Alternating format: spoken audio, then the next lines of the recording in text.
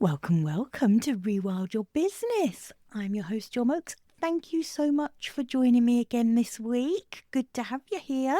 So this week, I want to talk to you about doing more of your most potent work. So I want to go into what does that mean? Why have I chosen with so much intention that word? And what does it mean in terms of the work you do, but also how can you do more of it, more of the most potent work? So that's what we're going to be talking about this week. Let's get straight into it. Let's go. Welcome to Rewild Your Business, the podcast for women doing the work their soul intended. I'm Jo Mokes. I'm an international business coach, and I'm a guide for women doing the work that matters. Rewilding your business means cutting away what doesn't belong to allow what does to thrive, finding simplicity in your work. And it's about bringing the whole of who you are to the table, whether you're building something new or finding your way back to what really matters to you. I'm so glad you're here. So what I find time and time again is that there is a moment that happens in my one-to-one coaching sessions with clients where the conversation tends to shift from the strategic, tactical, this is the thing that's materially, the actual tangible thing that's going on at the moment for me. It shifts from that into the thing she really wants to explore in the session. I think this is probably quite similar for a lot of business coaches, is that we start off focusing very much on the tactical, the strategy. But for me, more recently, certainly over the last couple of years, my work has got far more potent because we've been going much deeper. The depth of the work has changed.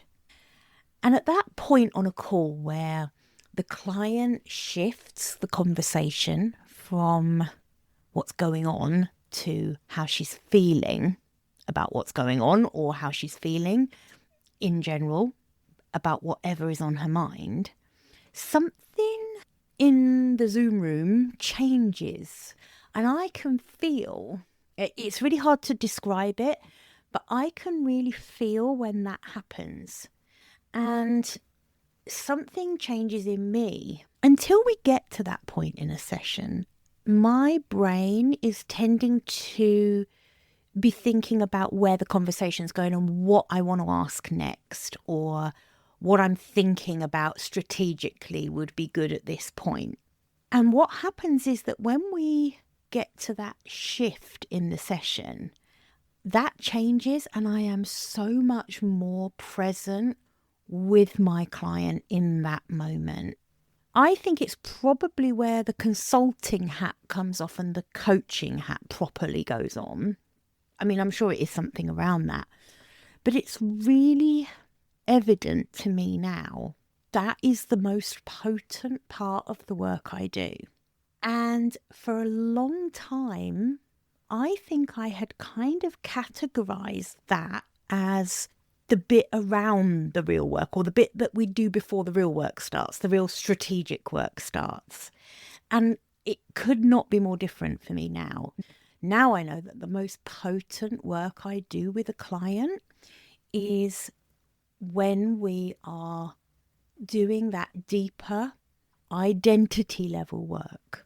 That is my most potent work. It's coaching, it's deeper conversation. It's a word that comes up sometimes when I describe this is it's witnessing. So it's listening really carefully for what my client is actually saying about the way she's feeling, about the story she's telling herself, about what she's making them mean. So that's what I want to talk about today, this option that is available for you to identify what the most potent work is that you do. And then the invitation is like, how can you do more of that? How can you bring more of that into your business? And I think most of us are doing some version of it already, right? But I'm not sure that, number one, we're doing enough of it. And I don't know that we're always doing it on purpose. I'm not sure that we're always aware of what is our most potent work. And so sometimes it gets tucked away inside like a bigger offer, or it's, the bit that conversation that happens after the session's almost come to an end. So today I want us to look at how you notice what that potent work is, and then how you give it more room to happen without completely changing your entire business model, without burning down all your offers. So first of all, what do I mean when I say that word potent? And I did choose this word really deliberately. It actually, having researched this, because I knew it's a word that means a lot to me. I use it quite often, and I love the word, to be honest with you. I love it. Which means that for me, I have to try not to overuse it. Because you know what I'm like, when I get obsessed with a word, I'm just going to keep using it all the time, use it to death. But it is a word that I love. I looked it up. It comes from the Latin word for powerful. But actually, I think the way that we tend to use it now is around things like, for example, medicines, or say like an essential oil, something like that. And it tends to mean concentrated. So a potent oil is one where like a single drop of that essential oil will do what a whole bottle of something weaker can't even do. It's not about volume, it's about density. So that's what I want you to keep in your mind when I'm asking you about what your most potent work is. So it's not the work you do the most of, it's the work that's the most concentrated. The work where a small amount of what you do or what you give produces like a disproportionately large shift for the person receiving it. And what's interesting is that your most potent work isn't always the thing that you charge the most for. Probably should be, but it isn't always. It's not always your signature offer. Sometimes it can be like a 20-minute conversation inside a program, or maybe it's something you've been calling a bonus. But one thing is always true. It's something that you do so naturally that you've never stopped to realize how powerful it is. I think that is our most potent work. And I do think that we undervalue work that comes easily to us. I think everyone does this. We assume that if it's easy for us, it must be easy for everyone. And therefore, it can't be worth as much as the work that maybe doesn't come as easy to us. And I don't think that's true. I actually think that the ease is a signal that it's potent work for you. The fact that you can do it without that straining, without the forcing of it, without the performing, that's actually what makes it potent. Someone else might have to work twice as hard to produce half the result because they'd be doing it from like a learned technique. If you're doing it from essence, and essence, think about those essential oils. The essence of who you are and what you do by its nature is concentrated. I, for a long time, thought that my most potent work was strategy. So I came from, you probably know my story, but if you don't, I come from online business management world. And so I was really good at seeing the architecture of someone's business. I could spot the bottleneck inside someone's business very, very quickly. And that would be what I would include on my website, my sales page. It was what I would talk about on discovery calls. And it's useful work. It's really useful work. Strategy for business is very important. But something inside me wasn't lit up when I was focusing wholly on that strategic work. I was competent at it and it was helpful for people, but I wasn't lit up by doing it particularly.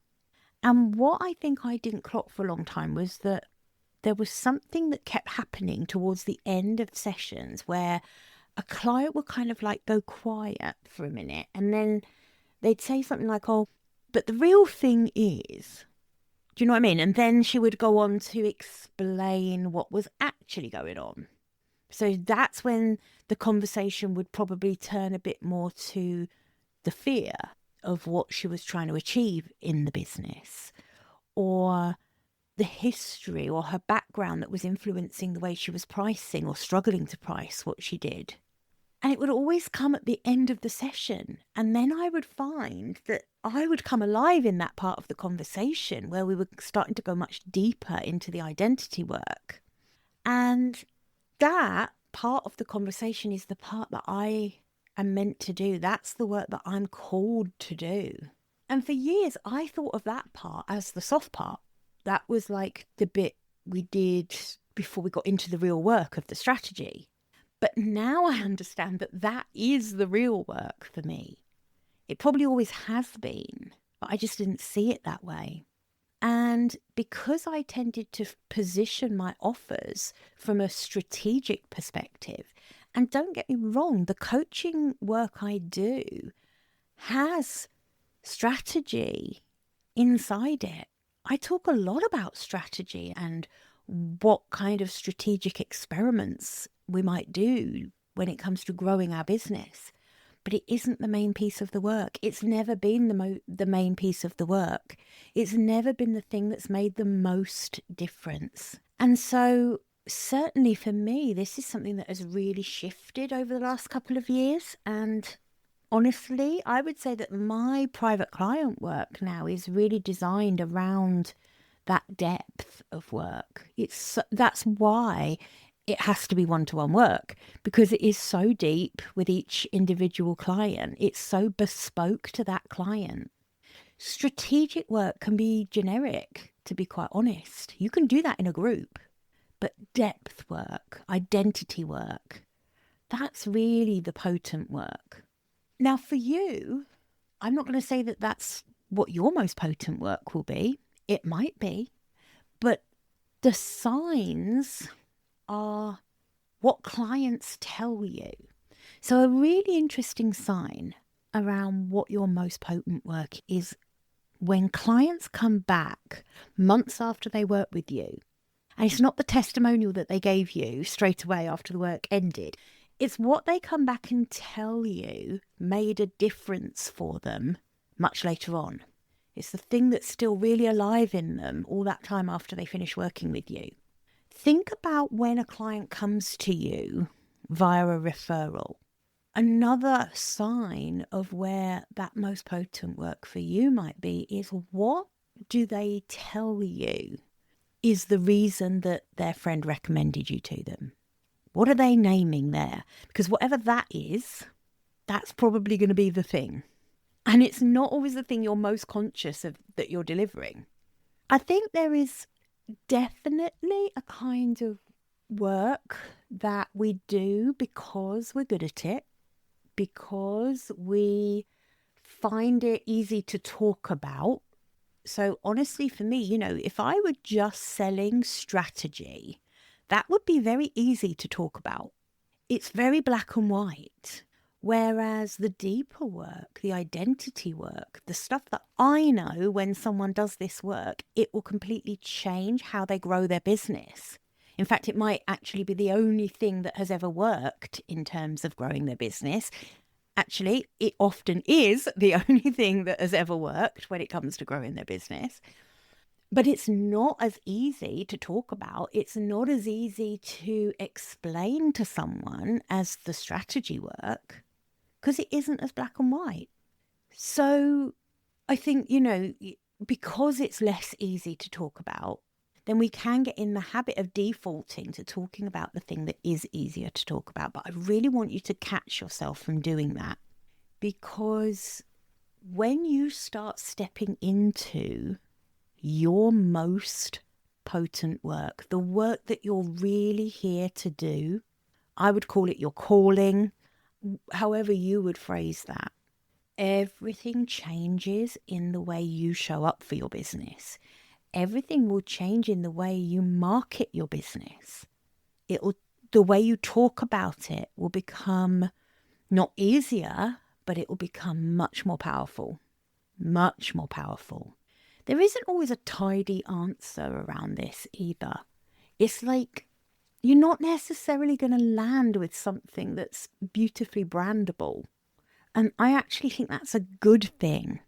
If it's very easily brandable and easy to talk about, the chances are it's on the more generic side. Whereas if you see this as a challenge to really articulate the depth of the work you do in this, the most potent work, I really want you to stick with that and keep working on that, because that's where the gold is. So don't kind of rush to make it your tagline. Really think about the depth of the work. I do think there's a reason that most people don't, in the first instant, build their business around their most potent work. And it's not necessarily that you hadn't thought of it like that. It's that naming it, claiming it for yourself, almost feels like too much. It feels like, oh gosh, the moment you name it, then you are completely responsible for it.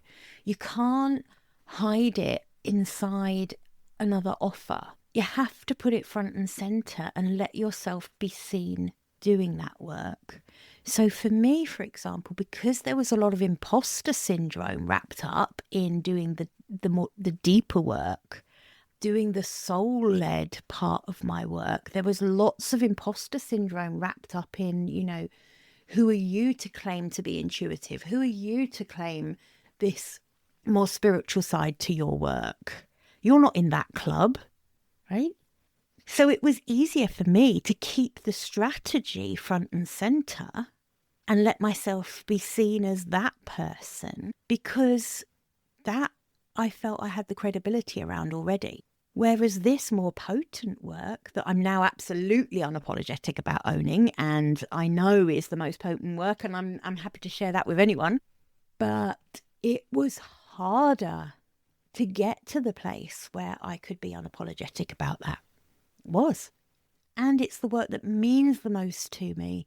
So the thought of claiming it for ourselves, that work that matters most, can feel too much. It can feel too vulnerable, too risky.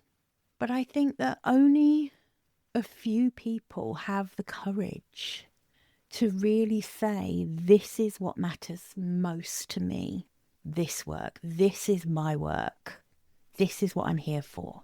And I think that's sad, it's so sad. I see people struggling with this all the time, not giving themselves the permission to claim for themselves the work that matters most to them.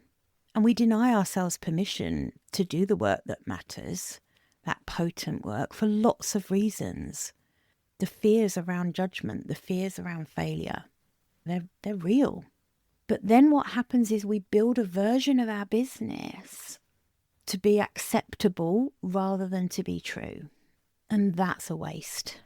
So how do we make room for more of this important work? How do we make more room for the work that feels deepest to us, that feels like makes us feel the most alive? Well, there's a few things. First of all, I would look at the structure of your business. So look with complete honesty at your current offers and ask yourself, how much space is inside each of these offers for me to do this potent work that matters to me? So for me, that might have been, is this offer positioned as purely a strategic container? Am I just promising a business plan at the end of this? Or am I going to make sure that woven into this offer is the promise of the deeper identity level work? And why? Why is that so important? So redesigning the container for your work so that that important piece is what it's for, not what gets squeezed in to the little bit of space that's left. That's where I would start. I think that can mean as well that you change emphasis inside your work. So it might mean that whereas before, if you take the analogy of my work, I might have spent an awful lot of time in working on the strategy with a client, whereas now I actually think that naturally things have changed with that, because if we do justice to the identity work, if I can get a client to a place where she absolutely understands who she is and the work she's here to do, then the strategy piece becomes bloody effortless, honestly. It really does. It becomes so obvious what the right strategy for growing that business is. So actually doing it the other way round can feel like a real fight. It really can feel like wading through treacle if you haven't done that foundational identity work first. And then the other thing to look at is the way you are talking about your work. Because the way you talk about what you do absolutely shapes the clients you attract, of course. So if your website, your discovery calls, I don't know if you have a podcast, if you have a blog, whatever, if all of that is describing this kind of work that isn't the most potent work, but it's the bit that you feel is acceptable in terms of describing what you do, then the person who would actually benefit from your most potent work isn't going to recognize herself or himself, because you're going to find that the way you're talking about it isn't landing in the same way. So I want you to start telling the absolute truth about what actually happens when someone works with you. Not the coach speak, not the transformation speak, right? The real thing. The much more specific, much harder to market, unmistakably yours thing. Because people will find you when you describe accurately and authentically what you do. So who is the person for whom your most important work is actually life-changing? Because if you think about the work I do, it isn't the strategy piece. It's always been the identity work. It's always been the piece around really understanding yourself, understanding what matters most to you, understanding your story and how that weaves into the work you do, right? The strategy, like I say, that comes very easily once you've done that work, it's important, but it's not the most potent part. So really understand who is that person, and then create content, make invitations, have referral conversations really tailored to that person. Bring the right people closer to you and allow the wrong people to drift off. You know that's better for you in the long run. You know it is. I know it's scary, but it's the only way. It's the only way to move forward into doing the work that matters to you most. And life is too short to not be doing that, right? One thing I just want to touch on before we wrap up, and that is that when you start doing more of your potent work, and I'm really speaking from experience here, it's going to feel amazing. It's going to feel so good, so real, so true, but it's also going to feel more exposing than you expected it to. And I just want you to know that that isn't a sign that you've got something wrong at all. It's actually, I believe, a sign that you've got it right. Because that important work asks more of you. It may come more naturally to you, but it definitely asks more of you. So your sessions are going to be more potent. They're going to feel more concentrated. They're going to light you up more, but they're going to feel concentrated. They're going to feel intense. So make sure you're building in the rest that makes that sustainable. Don't just try and fill your diary with as many sessions as you possibly can. Because when you step into doing this more potent work, it is going to demand more of you. And this is where your pricing again needs to reflect that value that you're delivering. If you are delivering the kind of life-changing work that happens when you fully own this important stuff, then you can charge a higher price for that work. Okay, just wanted to touch on that. So if this has stirred something up in you, I have got that workbook. I've talked about it in the last couple of sessions, actually. And a few of you, thank you, have emailed me and asked for copies of it. I haven't got a funnel for this. I haven't got an opt-in page, anything like that. So if you would like a copy of my reflective workbook called The Work That Matters, which is a set of prompts that really, proper sit down with a cup of tea, take your time to go through it workbook. If you want me to send you a copy, just email us info@jillmokes.com and put the work that matters in the subject line, and we will send you a copy. Also, if this episode has landed with you, can I ask you to do me a favour, please? Would you please give it a 5-star review on Apple Podcasts or wherever you listen to podcasts? But it really helps get the podcast to more ears. So I'd be very grateful. Okay, have a wonderful week. Go and figure out what is that most potent work for you. And then I promise I'll stop saying that word. I feel like I'm going to annoy the shit out of everyone, but I keep saying that word, aren't I? I promise I won't keep on about it. Okay, have a brilliant week. Bye for now.